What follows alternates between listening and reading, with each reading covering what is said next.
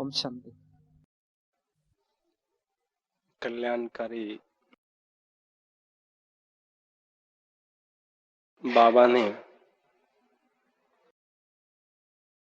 हम बच्चों के कल्याण के लिए विशेष तपस्यावश घोषित किया हुआ है, क्योंकि बाबा हर एक बच्चे का कल्याण चाहते हैं। जानी जाननहार बाबा, तीनों कालों को जानने वाले बाबा ये जानते हैं कि आगे चलकर मेरे बच्चों के सामने विकराल परिस्थितियां शीघ्र ही आने वाली हैं।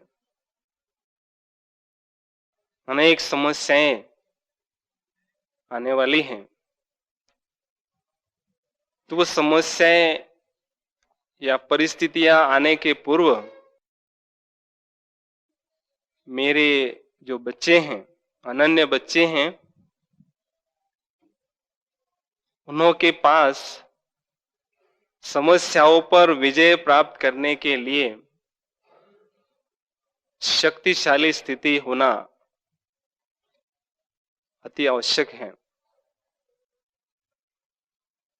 ताकि वो विजयपन की स्थिति को अनुभव करके संगम का संपूर्ण आनंद ले, अनुभव करें। क्योंकि बाबा ने कहा अंतिम समय एक तरफ हाहाकार होगा और दूसरी तरफ जय जयकार होगा, लेकिन जय जयकार अनुभव वो करेंगे जिन्हों की स्थिति अचल अडोल एक रस होगी। तो वो इस तपस्यावश में हमें बहुत अच्छी तरह से अनुभव करनी है।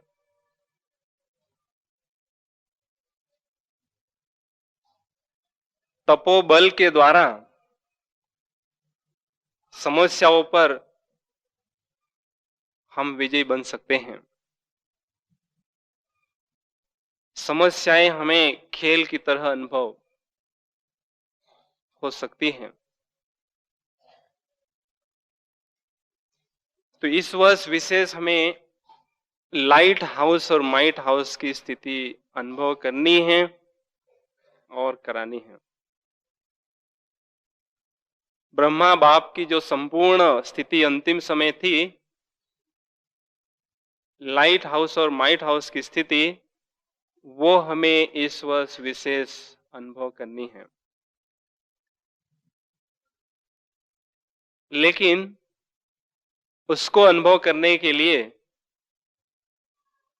पूर्व तैयारी हमें करनी है, वो है डबल लाइट की स्थिति। जब तक हम डबल लाइट की स्थिति अनुभव नहीं करेंगे, तब तक लाइट हाउस और माइट हाउस की स्थिति हम प्राप्त नहीं कर सकेंगे।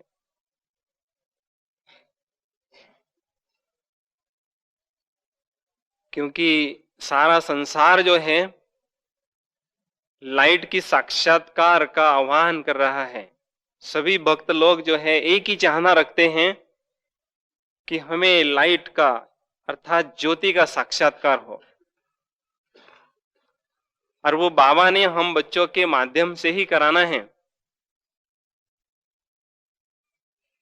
लेकिन उन बच्चों के माध्यम से होगा जिन्हों की स्थिति सदा डबल लाइट की होगी।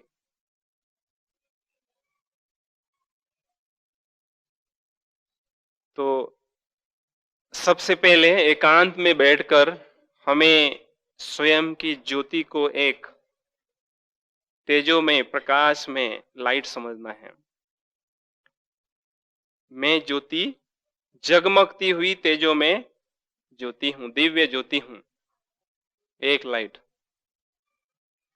दूसरा लाइट अर्थात हर प्रकार के बोझ से हल्के, किसी भी प्रकार का टेंशन न हो, किसी भी प्रकार का बोझ न हो, किसी भी प्रकार की चिंता न हो, हल्के फुल्के। और तीसरी लाइट जो है हमारा देह है, जो स्थूल है, वो भी प्रकाशमय काया के रूप में हमें अनुभव करना है। फरिश्तों की जो काया है वो प्रकाश में होती है। हर एक अंग अंग से दिव्य प्रकाश प्रस्फुटित होता है। और तीसरा लाइट जो है, इस स्थिति में स्थित होने के बाद जो परम ज्योति है, जो अमर ज्योति है, उससे जब हमारा बुद्धि योग जुड़ता है तो लाइट ही लाइट नजर आता है।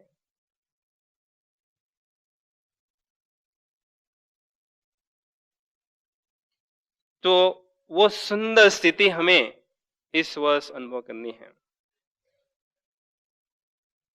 क्योंकि इस तपस्या वर्ष में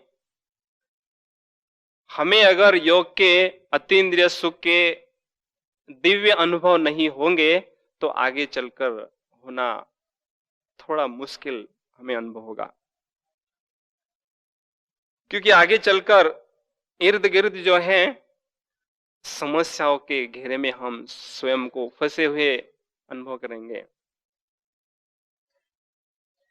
सूक्ष्म प्रभाव जो है माया के या प्रकृति के वारों का होगा, तो उस समय जो बहुत गहरे सुंदर अनुभव योग के हैं उससे हम वंचित रह सकते हैं। तो बहुत गहरे सुंदर अनुभव करने हैं तो बाबा ने कल भी कहा मुरली में, आत्मिक स्थिति हमारी बहुत नेचुरल हो, सहज हो और गहराई की स्थिति हो। तपस्या वास्तव में हमें आत्म अभिमानी स्थिति में निरंतर रहने की सबसे पहले करनी है। एकांत में बैठकर कई पुरुषार्थी जो है सदा शिकायत करते रहते हैं, न जाने क्यों हम चाहते बहुत हैं लेकिन हमें इस ब्राह्मण जीवन का वास्तविक आनंद अनुभव नहीं होता है।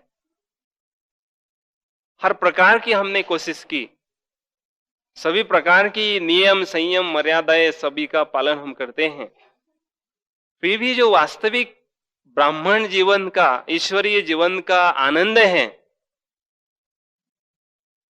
उसका हमें अनुभव नहीं होता है। उसका कारण एक ही है, आत्मिक स्थिति की गहराई में हम अभी तक पहुंचे नहीं हैं, उस पर विशेष फोकस हमने नहीं दिया है, उस पर विशेष मेहनत हमें नहीं की है। क्योंकि जिस बात को हम जितना महसूस करते हैं, जितना इंपॉर्टेंस देते हैं, उतना ही उस बात के पीछे समय और शक्ति रूपी खजाने को हम लगाते हैं और उसी प्रमाण में हमें प्राप्ति होती है, सफलता मिलती है। कई बार कहने में आता है, जब तक खुद को नहीं देख सकते हैं तब तक खुदा को देख नहीं सकते हैं, चाहे कितना भी प्रयास क्यों ना करो। और जितना खुद को देखेंगे उतना ही खुदा को हम देख सकेंगे।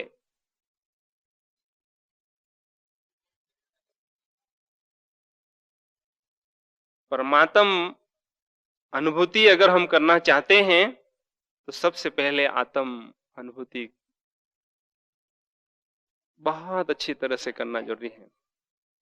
अपनी ज्योति का साक्षात्कार स्पष्ट रीति से हमें हो, तब तक उसके पीछे हमें पुरुषार्थ करना जरूरी है।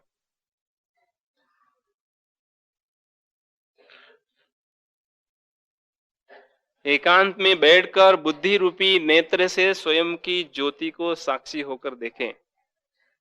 मंदिरों में निरंतर देवताओं के सामने जो है निरंतर ज्योति जलाते हैं। देवताओं के सामने ही क्यों जलाते हैं?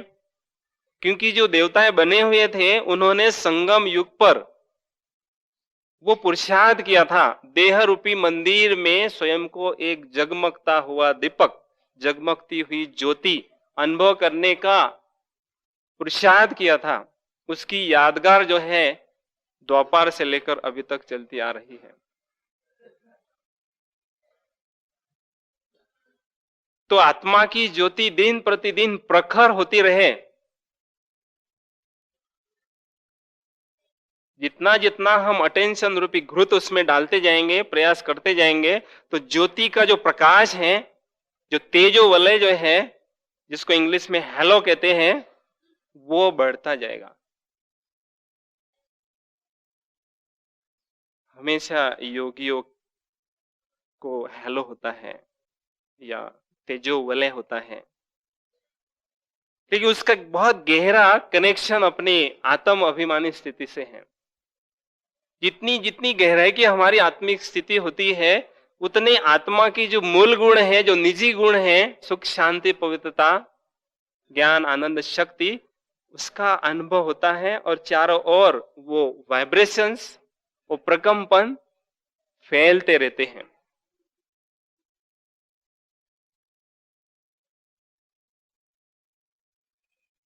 और इस अभ्यास को करते करते हमारा जो भान है, हमारा जो कॉन्शियस है, वो बहुत हल्का हो।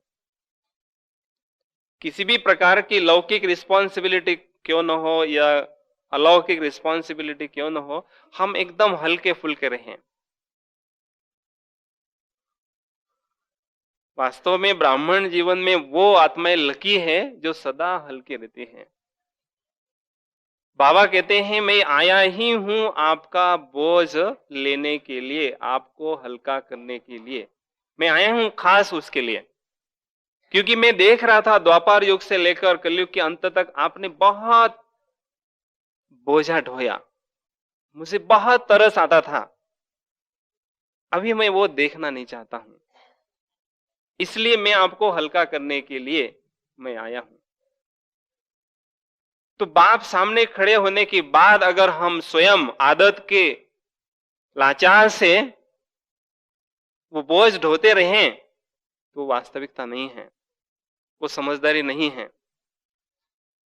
इसलिए हम हर प्रकार का जो भी रिस्पॉन्सिबिलिटी का, जिम्मेदारी का बोझ है, वो बाबा के कंधे पर रख के स्वयं को छोटे नन्हे मुन्ने बाबा के बच्चे बनकर एकदम लाइट रहे। उसके बाद जो है मन और बुद्धि हमारी, क्योंकि योगाभ्यास में बहुत सुंदर अनुभव अगर करने हैं तो मन और बुद्धि को बहुत शांत और शीतल और हल्का और खुशी से भरपूर रखना, नशे से भरपूर रखना जरूरी है। जितना नशे से खुशी से बुद्धि मन संपन्न होगी, उतना ऑटोमेटिक वो योगाभ्यास में कार्यरत रहेगी। उसके बाद जो है योग के गहरे अनुभव हमें होंगे। मन और बुद्धि पर किसी भी प्रकार का बोझ अगर होता है तो उनकी वर्क एफिशिएंसी जो है, कार्य क्षमता कम होती है। इसलिए जो रॉयल आत्माएं होती हैं, वो थोड़ा सा भी बोझ जो है अलाउ नहीं करते हैं, वो हमेशा हल्के फुल्के रहते हैं। एक हल्का रहना भी एक रॉयल्टी है।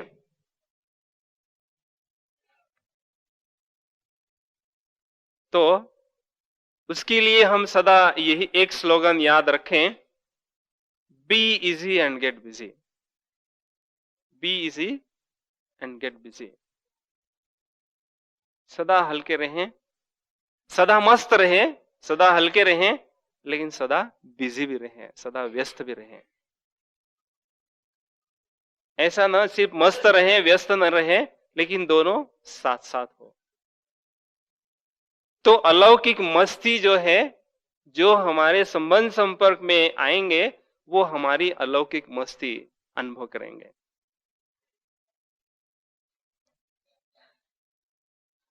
क्योंकि कार्य क्षेत्र में जब हम रहते हैं तो हमारी आत्मा पर विशेष 3 बातों का प्रभाव पड़ने का संभावना होती है। सबसे पहली बात जो है, जिम्मेदारी का बोझ आत्मा पर होता है, प्रभाव आत्मा पर उसका पड़ता है। दूसरी बात, उस समय जो वायुमंडल वहां का होता है, बोझिल वायुमंडल होता है, तनावग्रस्त होता है, टेंशन वाला होता है, या कोई अशुद्ध वातावरण होता है, उसका सूक्ष्म प्रभाव आत्मा पर पड़ता है। और जो हम कर्म करते हैं, कर्म करते समय जो व्यक्ति हमारे संबंध संपर्क में आते हैं, उन्हों की स्थिति का भी प्रभाव आत्मा पर पड़ने की संभावना होती है। तो इन तीनों बातों से निर्लिप्त रहने के लिए, न्यारा रहने के लिए, हमारी स्थिति जो है नशे से संपन्न होना जरूरी है। अगर हम नशे में भरपूर रहेंगे, नशे में चूर रहेंगे, तो ऑटोमेटिक दूसरी बातें जो हैं उनका प्रभाव आत्मा पर नहीं पड़ेगा और कर्म करते हुए भी बहुत सुंदर अनुभूति हमें होगी। चलते फिरते हम डबल लाइट फरिश्ते नजर आएंगे, क्योंकि बाबा की जो सूक्ष्म शक्तियां हैं, बाबा के जो सूक्ष्म गुण हैं, वो हम बच्चों के द्वारा, योगी बच्चों के द्वारा ये साकार जो दुनिया है उसमें प्रत्यक्ष होंगे। लेकिन वो कैसे होंगे? कार्य क्षेत्र में रहते हुए जो हमारे संबंध संपर्क में आएंगे, वो परमात्मा की विशेषताओं को परमात्मा के बच्चों के द्वारा अनुभव करेंगे।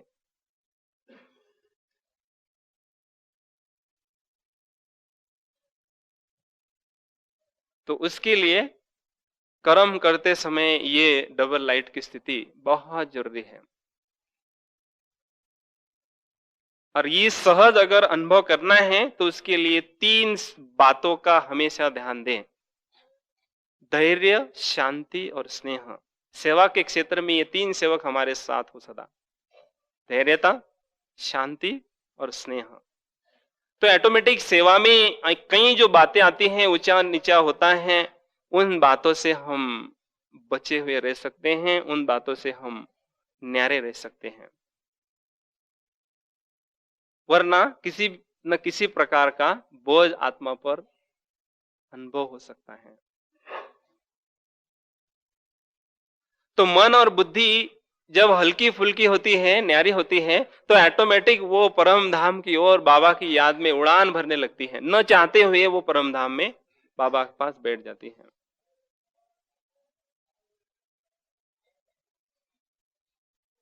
और बाबा के पास बैठने के बाद जो है, बाबा के गुणों को, शक्तियों को बहुत अच्छी तरह से फाउंटेन के रूप में वो अनुभव करते हैं।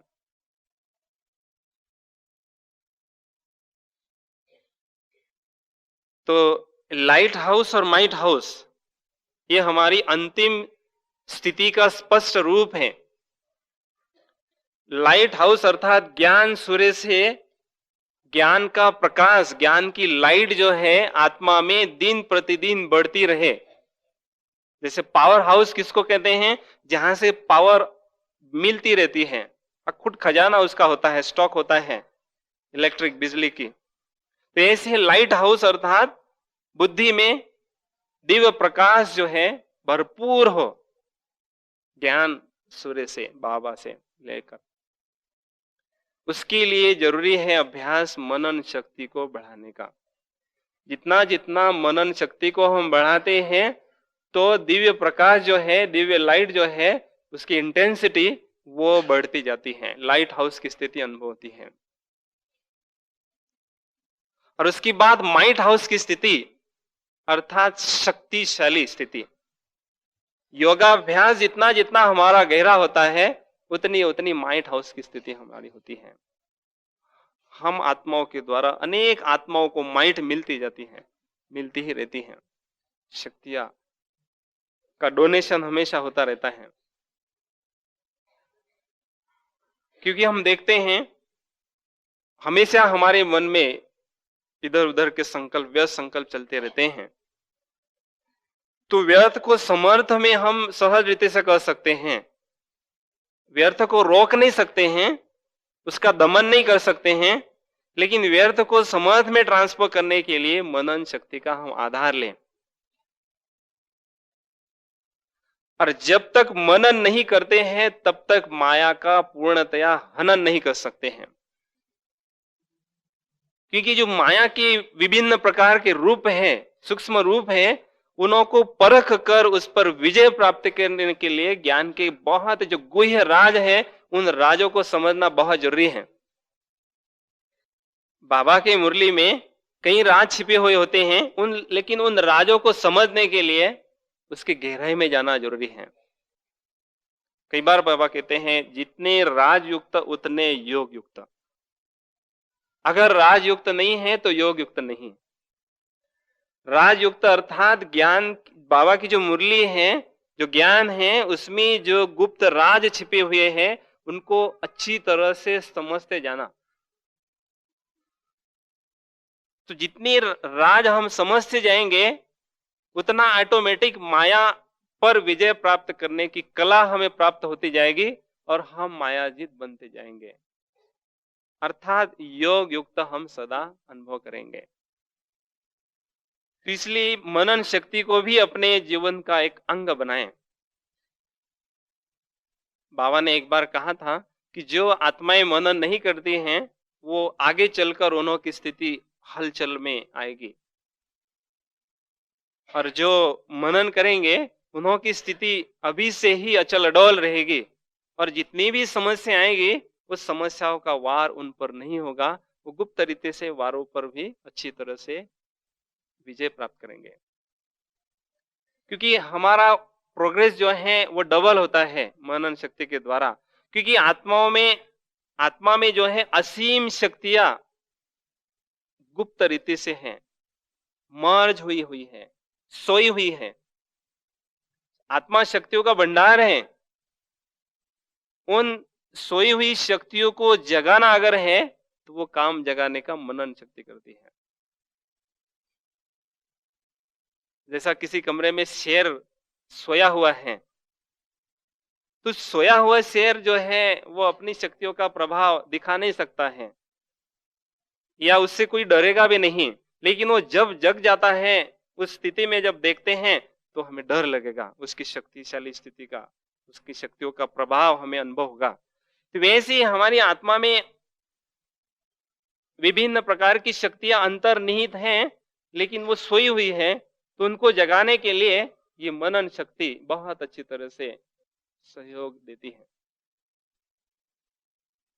तो सोई हुई शक्तियों को जगाना, और दूसरा है योगाभ्यास के द्वारा सर्व शक्तियों के सागर जो बाबा है उनसे शक्तियां प्राप्त करना। तो दोनों बातें जब साथ साथ होती है तो डबल प्रोग्रेस हमारा होता है, बहुत तेजी से हम आगे बढ़ने लगते हैं। और युद्ध के मैदान में हम हैं, well known but very well known, unknown but very well known warrior हम सभी हैं। अभी गुप्त हैं, अभी अननोन हैं, लेकिन थोड़े समय के बाद वेल नोन हो गए, इस संसार में वेल नोन हो गए, क्योंकि हमें युद्ध की कला सिखाने वाला सर्वशक्तिवान है। लेकिन जो वेल नोन बनने वाली आत्माएं हैं, जो चतुर योद्धे होते हैं, वो माया पर चतुराई से बहुत जल्दी ही शीघ्रता से विजय प्राप्त करते हैं। लंबे समय तक माया से युद्ध करते रहना ये चतुर योद्धे की निशानी नहीं है। कई कहते हैं हमें बहुत अच्छे जो अनुभव योग के होने जरूरी है वो नहीं होते हैं, उसका कारण यही है कि वो युद्ध की स्थिति में सारे दिन भर में रहते हैं। जब तक युद्ध की स्थिति समाप्त नहीं होती है तब तक सुंदर योग के अनुभव नहीं हो सकते हैं, क्योंकि युद्ध करने में हमारी शक्ति यूज होते जाती है। जो आत्मा में शक्तियां हैं थोड़ी बहुत अमृत वाले योग से, मुरली से हम प्राप्त करते हैं, वो उन योग शक्तियों का यूज जो है हम युद्ध में ही करते हैं। तो जब तक शक्तियों का स्टॉक नहीं बढ़ता है, जब जमा का खाता नहीं बढ़ता है, तब तक ब्राह्मण जीवन का वास्तविक आनंद हमें नहीं होता है। तो जमा का खाता बढ़ने के लिए हमेशा हमें ये ध्यान रखना है कि माया से युद्ध करने में ही हमारी शक्तियां न गंवाएं, लेकिन उसको शक्तियों को बचाएं। क्योंकि संकल्प के माध्यम से हमें शक्तियां मिलती हैं और संकल्प के माध्यम से हम शक्तियां गंवाते हैं या यूज करते हैं। तो संकल्पों पर बहुत अच्छी तरह से हमारी सूक्ष्म चेकिंग हो कि हमारे मन में सारे दिन भर में किस प्रकार के संकल्प चलते हैं। विशेषता हमारे मन में 4 प्रकार के संकल्प चलते हैं: व्यय संकल्प, पवित्र संकल्प, अशुद्ध संकल्प और कर्म करने के लिए संकल्प। सबसे जास्ती जो है अशुद्ध संकल्पों के द्वारा हमारी शक्तियां हम गंवाते हैं। जिन्हों को हमें अभी स्टॉप करना है, उसके लिए एक ही अभ्यास करना है, सारे दिन भर में आत्मिक स्थिति में स्थित होकर हर एक की भुकुटी में आत्मा देखना। तो अशुद्ध संकल्पों को सदा के लिए हम स्टॉप कर सकते हैं। दूसरा जो है व्यय संकल्प मन में चलते हैं, इधर-उधर की बातों की तरफ हम बाहर मुखता की जो वृत्ति होती है, न चाहते हुए हम इधर-उधर देखते रहते हैं, सोचते रहते हैं। तो व्यर्थ संकल्पों को भी हमें समर्थ में ट्रांसफर करना है, लेकिन उसके लिए मनन ज्ञान का अभ्यास करना है, मनन शक्ति को बढ़ाना है। और तीसरा जो है पवित्र संकल्प, हमेशा महान आत्माओं के मन में पवित्र संकल्पों का प्रवाह चलता रहता है। महान आत्मा की वो निशानी है। पवित्र संकल्प हमेशा उनके मन में उत्पन्न होते रहते हैं। महान संकल्प उत्पन्न होते रहते हैं। और चौथा जो है कर्म करने के लिए संकल्प। जो भी हम कर्म करते हैं दिनचर्या में, उसके लिए भी संकल्प होना, क्रिएट करना जरूरी है। उसमें थोड़ी-थोड़ी हमारी शक्ति यूज होती रहती है। तो इस प्रकार से हम संकल्पों की सूक्ष्म चेकिंग करते रहें और शक्तियों का खाता जो है बढ़ाते रहें। व्यर्थ को बचाकर जमा का खाता बढ़ाते रहें। क्योंकि आप देखेंगे बिजनेस वाले बिजनेस करते हैं ना, सारा दिन भर में बिजनेस करते हैं, लेकिन गले में जब तक जमा का खाता नहीं है, तो बिजनेस में उनको मजा नहीं आता है। बिजनेस में उमंग उल्लास नहीं होता है।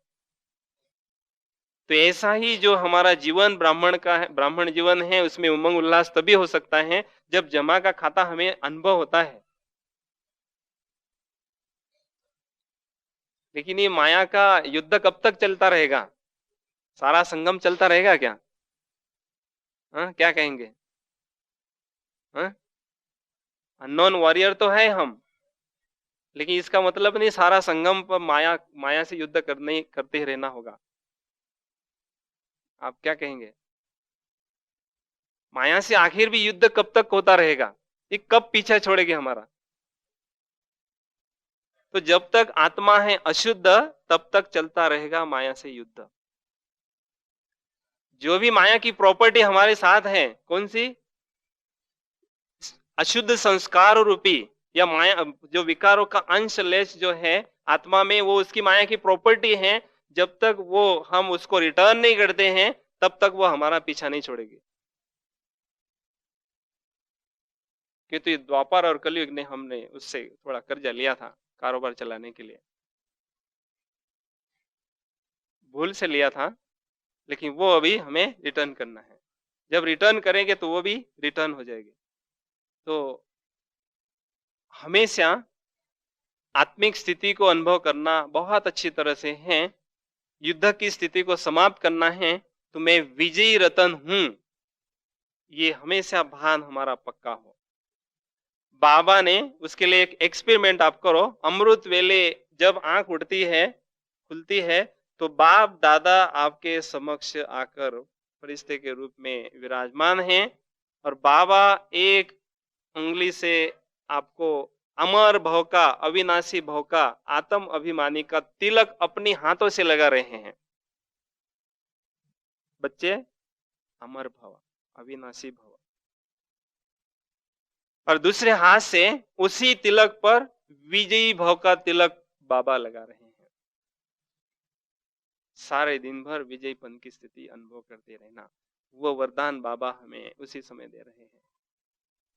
प्रैक्टिकल बाबा को हम अपने सामने अनुभव करें तो बहुत आपको आनंद की अनुभूति होगी, बहुत मजा आएगा। भगवान स्वयं अपनी हाथों से वो तिलक अविनाशी भव का और विजय भव का लगा रहे हैं। ये अलौकिक पालना बाबा की, ईश्वरीय पालना जो है हमें इसी समय मिलती है।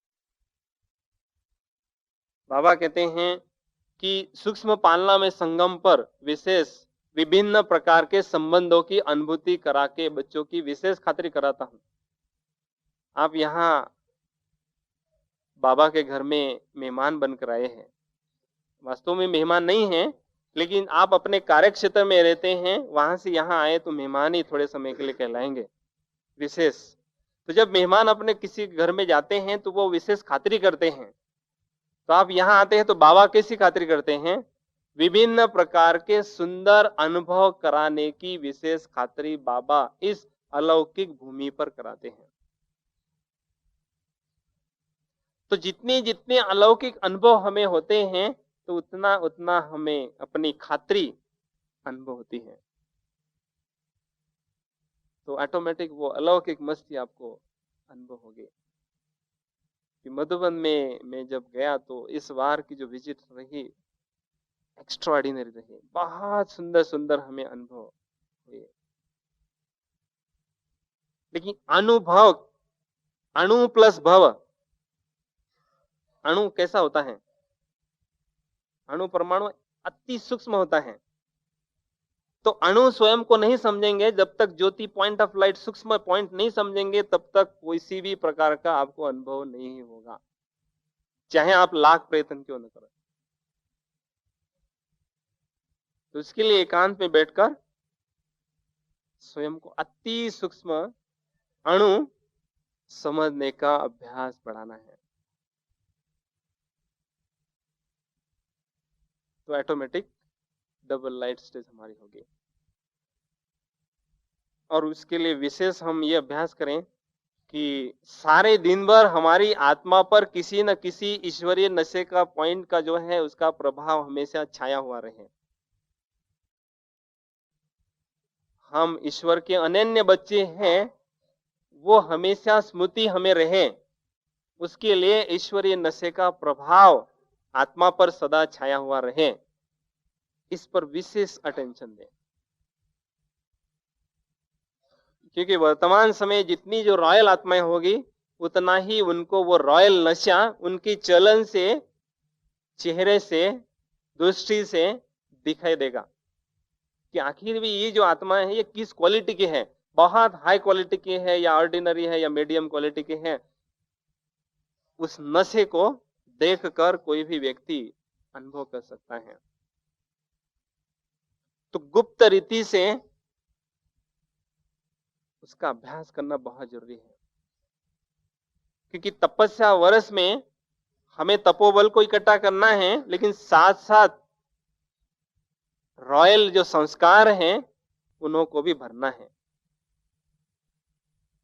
तो उसके लिए ईश्वरीय नशे में स्थित होना बहुत जरूरी है। और हम अपनी संपूर्ण स्थिति जो है उसका हमेशा आईने के रूप में उसका स्वरूप सामने रखें कि आखिर भी मेरी जो डबल लाइट की स्थिति है वो कैसी है। डबल लाइट की स्थिति अर्थात फरिश्तेपन की स्थिति। बाबा ब्रह्मा है फरिश्तों के राजा,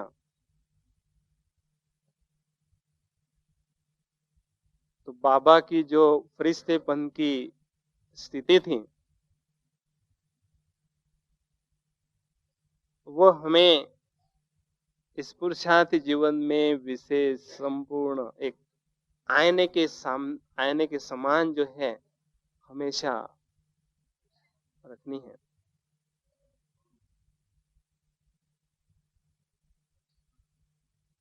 और बहुत सुंदर फरिश्ता स्थिति में स्थित होकर अनुभूतियां करनी है, क्योंकि बाइबल में स्पष्ट लिखा है कि विनाश जब समय नजदीक आएगा तो आसमान की ओर फरिश्ते उड़ते हुए नजर आएंगे और उन फरिश्तों के माध्यम से कुछ ईश्वरीय प्रेरणाएं संसार की आत्माओं को प्राप्त होगी। वो उन्हों के जीवन को आगे बढ़ाने के लिए बहुत लाभदायक होगी। तो सभी देख रहे हैं आखिर भी वो उड़ते हुए फरिश्ते हमें कब नजर आएंगे। कि गुप्त रीति से मशीनरी यहाँ चल रही है, बाबा ने यहाँ फैक्ट्री खोली है फरिश्ते बनाने की, क्योंकि पांडव भवन जो अभी पांडव भवन है एक दिन आएगा ये फरिश्तों का भवन बनेगा और यहीं से सारे संसार में फरिश्तों को फ्लाइट, फरिश्तों को उड़ान दी जाएगी। तो बुद्धि रूपी विमान में बैठकर फिर हमें सारे संसार का भ्रमण करना है, तीनों लोगों का भ्रमण करना है। तो जितना जितना बुद्धि रूपी विमान हमारा शार्प होता जाएगा, सूक्ष्म होता जाएगा, दिव्य होता जाएगा, भव्य होता जाएगा, उतना उड़ान जो है हमारी निरंतर इस संसार में चलती रहेगी। तो वो संपूर्ण फरिश्ता स्वरूप हमारे सामने स्पष्ट हो। आखिर भी वो संपूर्ण फरिश्ता स्वरूप कैसा है हमारा स्वयं का, क्योंकि जिस घड़ी से हमारा ब्राह्मण जन्म होता है उस घड़ी से संपूर्ण फरिश्ता स्वरूप बाबा के पास में सूक्ष्म वतन में हर एक बच्चे का इमर्ज रहता है। और बाबा यही देखते हैं कि पुरुषार्थी बच्चा जो है और संपूर्ण फरिश्तेपन की स्थिति वाला जो स्वरूप हमारा है उसमें आखिर भी कितनी दूरी है और वो कितना स्पीड से वो समीप आती जा रही है। वो हमेशा वतन में बैठकर चेक करते रहते हैं। यही धंधा है बाबा को और कुछ नहीं धंधा दूसरा। तो हमारा संपूर्ण फरिश्ता स्वरूप जो है उसकी रूपरेखा हमारे सामने क्लियर हो। यही स्थूल जो शरीर हमारा है ऐसा ही उसका शेप होगा, लेकिन लाइट का होगा। ये स्थूल है, डिमास का शरीर है, यही शेप होगा लेकिन लाइट का होगा। और उसमें तीन बातों की विशेष संपन्नता अनुभव होगी। वो स्वरूप जो है गुणों से संपन्न होगा, शक्तियों से संपन्न होगा और नशे से संपन्न होगा। एवर चीयरफुलनेस, एवर हैप्पीनेस जो है उसके चेहरे पर दिखाई देगी। और दिव्य गुणों का जो श्रृंगार बाबा ने संगम युग पर दिया है, बाबा ने अलौकिक ज्वेलरी जो है दिव्य गुणों का जो श्रृंगार है जो दिया है वो उसके चेहरे पर संपन्न दिखाई देगा, भरपूर दिखाई देगा। उस श्रृंगार को जो है बुद्धि रूपी तिजोरी में नहीं रखना है, लेकिन उसको पहनना है, उसको धारण करना है। अब बहुत सुंदर प्यूरिटी का ताज होगा। जितनी अच्छी हमारी पवित्रता की स्थिति, फरिश्तेपन की स्थिति होगी, उतना दिव्य और भव्य जो है पवित्रता का ताज हमारा होगा। और एक रस बाबा से बुद्धि रूपी तार जुटी हुई रहेगी। कांस्टेंट लिंक जो है बाबा के साथ में होगा।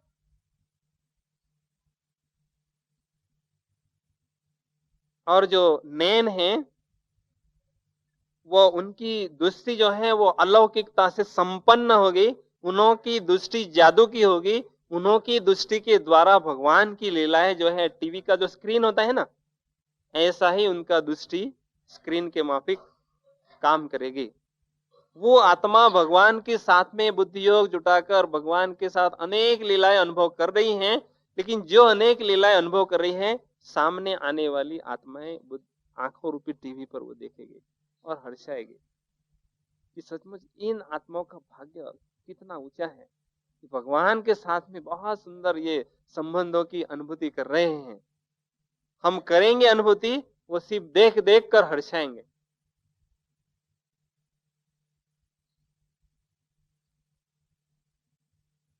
और जो हर एक अंग से जो है दिव्य प्रकाश प्रस्फुटित होता जाएगा। जो काया प्रकाश में काया जो है दिव्य प्रकाश के कौर्ब में अनुभव होगी। और चलते फिरते हम जैसे कि फरिश्ते नजर आएंगे। आपको अगर इसका अनुभव करना है तो एक एक्सपेरिमेंट करो। आप स्थूल शरीर समझकर स्थूल जमीन पर चलो तो आपकी अनुभूति अलग होगी।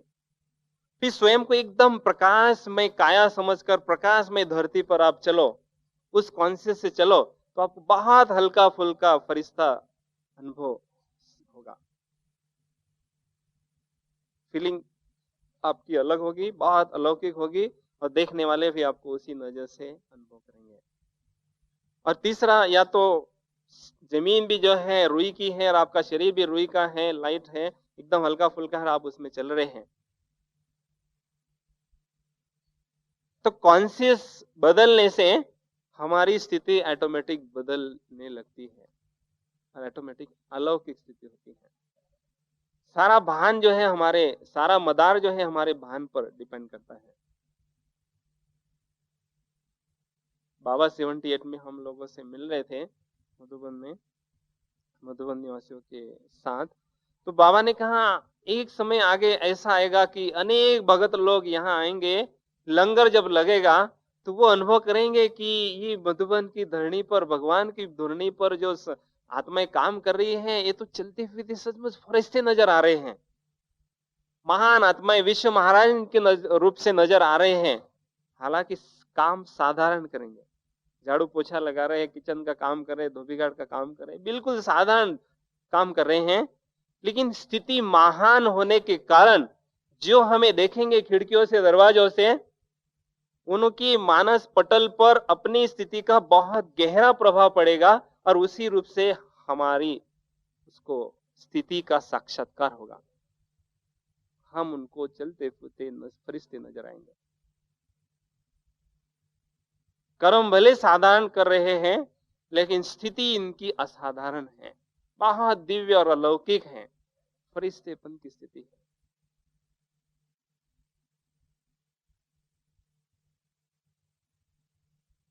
तो ये भी सीन आगे चलकर आने वाला है। बाबा ने स्पष्ट कहा है कि जैसा आदि में, यज्ञ के आदि में साक्षात्कार की धूम मची थी, ऐसे ही अंतिम समय साक्षात्कार की धूम मचेगी, लेकिन उसमें थोड़ा सा अंतर होगा। कौन सा अंतर होगा? यज्ञ के शुरू में जो साक्षात्कार की धूम मची थी, उसका आधार था परमात्म शक्ति, वो परमात्म शक्ति का चमत्कार था। बाबा ने अपनी शक्ति के द्वारा, ब्रह्मा बाप के द्वारा, बहनों के द्वारा कुछ दिव्य अनुभव दर्शकों को कराए थे, लेकिन अंतिम समय जो साक्षात्कार की धूम मचेगी, उसका आधार होगा आत्म शक्ति, रूहानियत की शक्ति। जिन आत्माओं ने शक्तियों का भंडार जो है परमात्मा, उन्हों के द्वारा असीम शक्तियां प्राप्त की, वो अपनी शक्ति के आधार से अपनी स्थिति का साक्षात्कार जो है फरिश्तेपन की स्थिति के द्वारा कराएंगे। लेकिन दिन प्रतिदिन हमारी वो रूहानियत की शक्ति बढ़ती रहे, उस पर हमारा विशेष ध्यान हो, तो वो जो अलौकिक पार्ट चलेगा, उसमें हमें भी चांस मिल सकेगा। वो घड़ियां बहुत सुंदर होगी, सारा क्लब में जो घड़ियां होगी वो सारा उसके सामने फीका होगा, वो बहुत टॉपमोस्ट घड़ियां इस क्लब में होगी।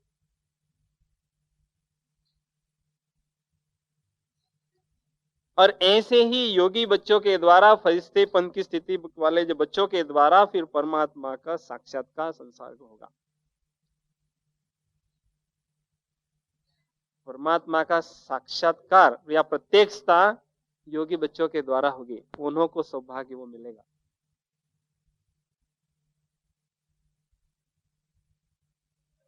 अंतिम समय क्या होगा कि इंडिया में सिविल वार होगा, सिविल वार और नेचुरल क्लैमिटीज होगी।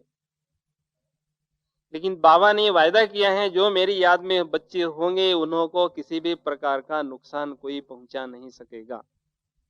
सिविल वार में उन्हों को किसी भी प्रकार का नुकसान, तकलीफ नहीं होगी, उन्हों पर कोई आघात नहीं होगा। ये कैसे संभव होगा? जबकि आपके अड़ोसी पड़ोसी को मारेंगे, आपको छोड़ देंगे वो? हम बच जाएंगे? आखिर भी वो संभव कैसे होगा? उसका एग्जाम्पल लीजिए। उसके लिए कार जब चलती है, रात्रि का समय है, कार चलती है, कार का लाइट जो है बहुत पावरफुल है, सामने रास्ते में कोई व्यक्ति है, उसकी आंखों पर वो प्रकाश पड़ता है, तो आंखों पर प्रकाश पड़ने से उसको ये नजर नहीं आ रहा है कि आखिर ये लाइट किसकी है? जीप की है या बस की है या कार की है या ट्रक की है? कुछ नजर नहीं आ रहा है उसको बॉडी की या किस चीज की है वो, लेकिन लाइट जरूर है, आ रही है, व्हीकल जरूर है कोई तो भी।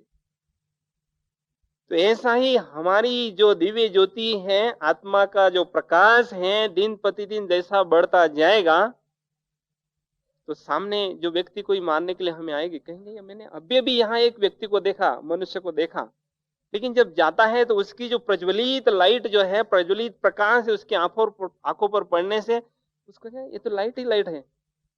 अभी देखा मनुष्य है, लेकिन अभी तो देख रहा है कि लाइट ही लाइट है, लाइट को मारा थोड़ी जाता है, चलो वापस जाएगा, वापस कुछ नहीं करेगा, कर सकेगा। ऐसा बाबा जादू का खेल करेगा।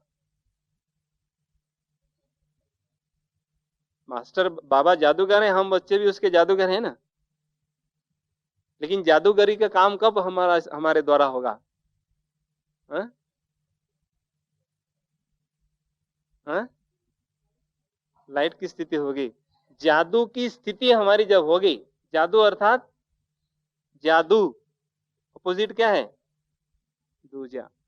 मन में एक के बजाय दूजा कोई नहीं होगा, तब वो मन जादू का काम करेगा, तब हमारी स्थिति चमत्कार की स्थिति होगी और वो दुनिया को साक्षात्कार कराएगा। तो वो तपस्या बस में हमें यही अभ्यास करना है कि एक के ही मस्ती में, एक के ही साथ सर्व प्रकार की जो संबंध है अनुभव करने हैं। बाबा सर्व संबंधों का रस का भंडार है, तो दुनिया की बातों में रस न लेकर हमारी बुद्धि रूपी रस्सी जो है एक के साथ ही बांध कर रखनी है। माया ने कई जगह पर सूक्ष्म रस्सियों से हमारी बुद्धि को बांध कर रखा है, 8-10 जगह पर बांध कर रखा है। थोड़ा सा लगाओ मम्मी से है, थोड़ा लगाओ पापा से है, थोड़ा सा लगाओ किसी भाई से है, थोड़ा प्रॉपर्टी से, ये सब रस्सियां हैं जिन्होंने हमें बांध कर रखा है। और जब तक इन सभी रस्सियों से हम स्वतंत्र नहीं होंगे, तब तक अलौकिक अनुभूतियां हमें नहीं हो सकती हैं। डबल लाइट की स्थिति हम नहीं अनुभव कर सकेंगे। तो जहां हम थोड़ा सा रस लेने लगते हैं, समझ लो वो रस्सी वहां बंधी हुई है, देखने का, बोलने का, सुनने का, चलने का, जो भी।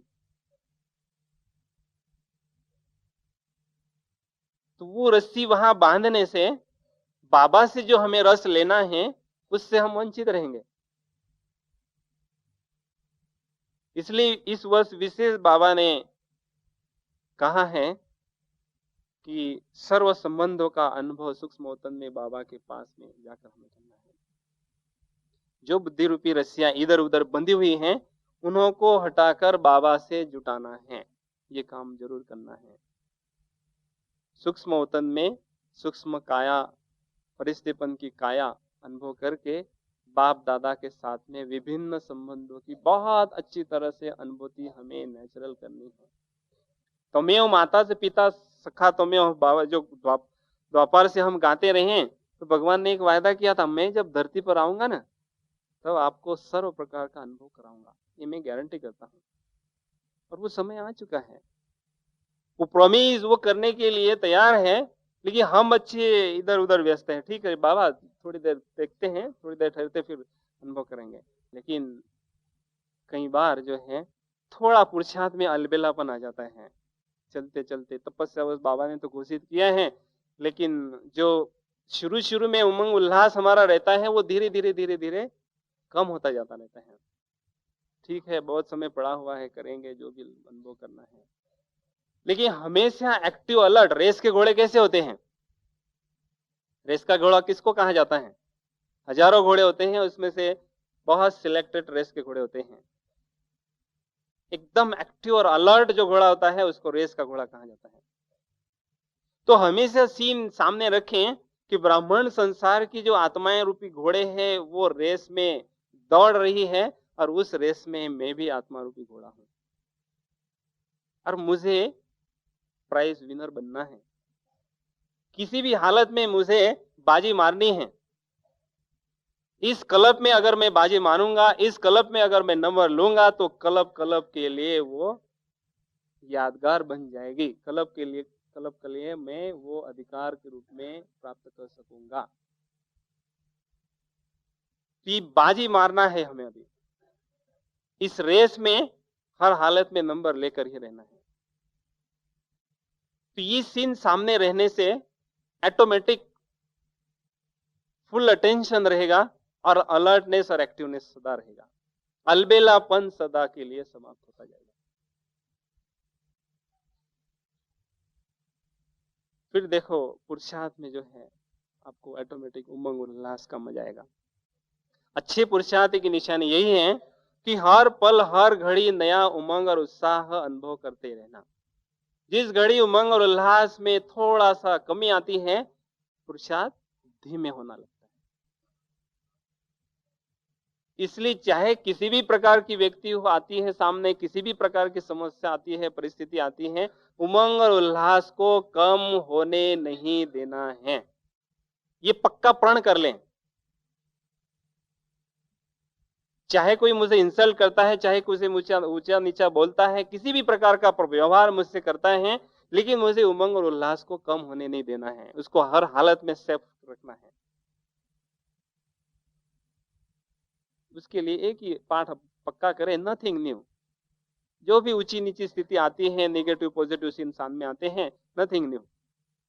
इस यूनिवर्सिटी में जो स्कॉलरशिप होल्डर है, उनका एक लेसन पक्का हमेशा होगा, नथिंग न्यू। इस हॉल में हम बैठे हैं पहली बार नहीं, अनगिनत बार बैठे हैं, इसलिए बैठते रहेंगे, नथिंग न्यू। बहुत नेचुरल अनुभव हो तो ऑटोमेटिक हल्कापन रहेगा, लाइट स्थिति हमारी रहेगी।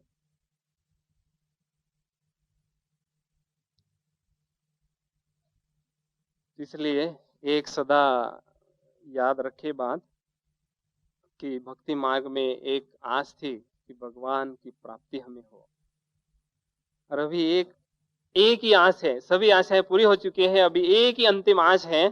कौन सी आस है? इस दिल रूपी मंदिर में एक के ही प्यार की ज्योत अखंड सदा जगती रहे, जलती रहे। उस एक के ही प्यार की ज्योत सदा जलती रहे, यही एक अंतिम आस है। सभी आशाएं में पूरी हो चुकी है।